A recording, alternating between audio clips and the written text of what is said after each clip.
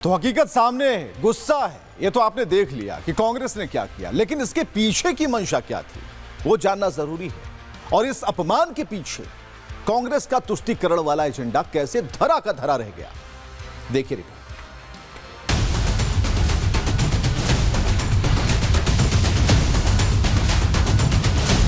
Parliament में जो कानून पास हुआ है वो क्या सिर्फ मुसलमानों के लिए पास हुआ है?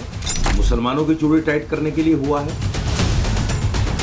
उनको ये पता होना चाहिए जब यह विधेयक पारित हो गया है तो वंदे मातरम न बोलना सीधे सीधे राष्ट्रीय प्रतीकों के अपमान की श्रेणी में।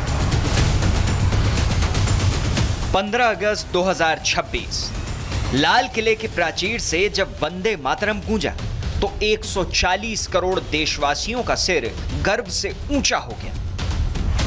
लेकिन जब यही वंदे मातरम कांग्रेस दफ्तर में हुआ तो उसे रुकवा दिया गया। कांग्रेस की तरफ से तर्क दिया गया कि खड़गे साहब बुजुर्ग हैं, खड़े नहीं रह पा रहे थे, इसलिए कुर्सी मंगवाई जा रही थी। लेकिन कहानियों की एक खासियत होती है कि वो देर सवेर खुल ही जाती हैं, और यही कांग्रेस के साथ भी हुआ। वंदे मातरम के अपमान पर अब कांग्रेस पूरी तरह एक्सपोज हो चुकी है। कभी कांग्रेस के नेता रहे प्रमोद कृष्णम ने तो इस मुद्दे पर कांग्रेस को जमकर कोसा। उन्होंने वंदे मातरम के विरोधियों को अर्बन नक्सल तक कह दिया। वंदे मातरम का विरोध करते हैं, वंदे मातरम को गाना नहीं चाहते, और जो वंदे मातरम गाता है उसे सुनना नहीं चाहते। वंदे मातरम गाने वाले को रोक देना चाहते हैं, रोक देते हैं। तो उन्हें अर्बन नक्सल ना कहें तो क्या कहें। कांग्रेस ने पहले तो राष्ट्रगीत का अपमान किया, उसके बाद उसे कवर अप करने के लिए एक झूठी कहानी रची।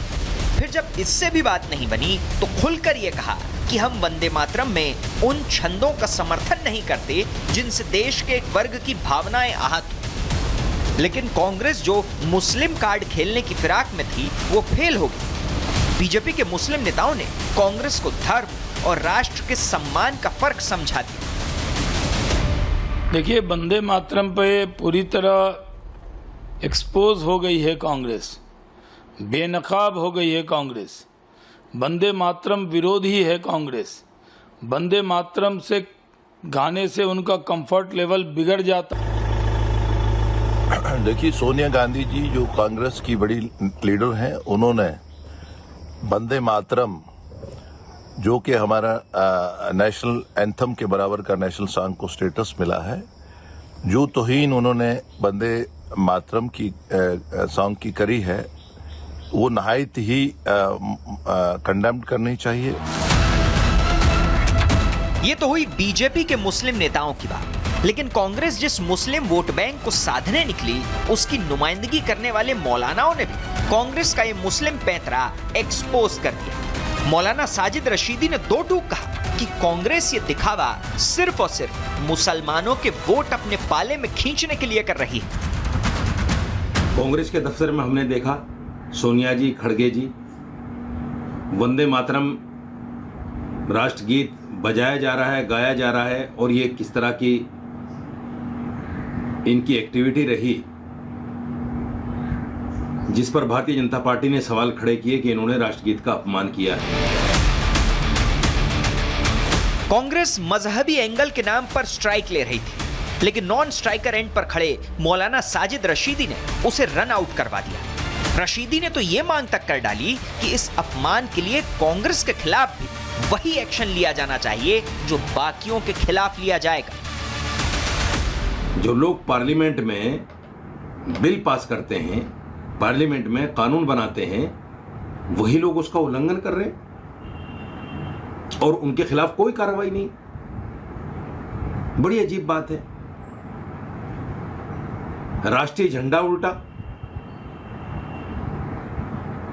मैं क्या क्या बोलूं। यह है किसके लिए बिल? कोई कार्रवाई होगी? नहीं होगी। मैं फिर कहता हूं, यह बिल सिर्फ और सिर्फ मुसलमान की चूड़ी टाइट करने के लिए है।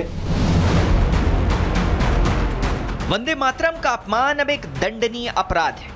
मॉनसून सत्र में सरकार ने prevention of insult of national honour act में संशोधन करते हुए उसमें यह बात भी जोड़ी कि राष्ट्रगीत वंदे मातरम को राष्ट्रगान यानी जन गण मन के बराबर का सम्मान दिया जाएगा।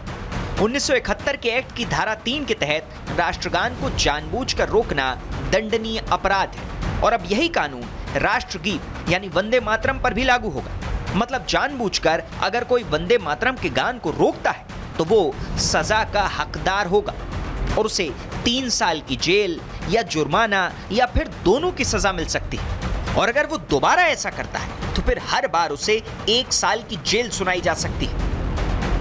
यह कानून 11 अगस्त को लागू हो चुका है और आरोप है कि 15 अगस्त को कांग्रेस दफ्तर में सोनिया गांधी, राहुल गांधी और मल्लिकार्जुन खड़गे ने वंदे मातरम के गान को 2 छंद के बाद रोकने की कोशिश की। कांग्रेस का तर्क है कि वो 2 छंद को ही असली वंदे मातरम मानते हैं क्योंकि आजादी के वक्त से ही ये देश के सभी वर्गों की भावनाओं का सम्मान करता है।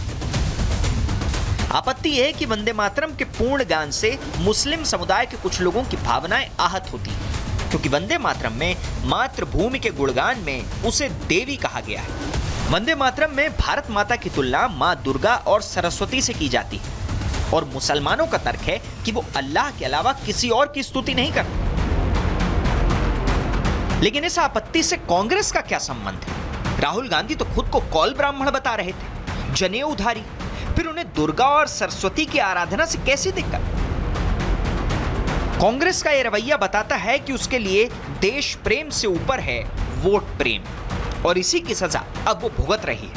दिल्ली के बाद अब मुंबई के दिंडोशी थाने में इस मामले में एक और शिकायत दर्ज कराई गई। ये शिकायत सोनिया गांधी, राहुल गांधी और कांग्रेस अध्यक्ष खड़गे के खिलाफ दर्ज की गई। जो कृत्य कांग्रेस की वरिष्ठ नेता पूर्व अध्यक्षा श्रीमती सोनिया गांधी और राहुल गांधी ने किया है, देश उसे माफ नहीं कर सकता। क्या इटली के अंदर कोई पॉलिटिकल आदमी, श्रीमती सोनिया गांधी जी, क्योंकि आप इटली से आती हैं, क्या इटली के अंदर कोई आदमी इटली के राष्ट्रगान का अपमान कर सकता है, राष्ट्रगीत का अपमान कर सकता है? तो कांग्रेस का ये रवैया बताता है कि उनके लिए देश प्रेम से ऊपर वोट प्रेम है और इसी की सजा अब वो भुगत रही है। दिल्ली के बाद अब मुंबई के दिंडोशी थाने में इस मामले में एक और शिकायत दर्ज की गई है, वो भी सुनिए। देखिए, 15 अगस्त को दिल्ली में जो हेडक्वार्टर है कांग्रेस का, वहाँ पर जिस तरह से सोनिया गांधी, मल्लिकार्जुन खड़गे और राहुल गांधी ने वंदे मातरम गीत का इंसल्ट किया है, उसके खिलाफ मैंने section 3 of the prevention of insult to national honour act 1971 as amended in 2026 के तहत शिकायत दर्ज कराई है और मैंने मांग की है कि इसमें FIR करके इन तीनों के खिलाफ सख्त से सख्त कार्रवाई की जाए।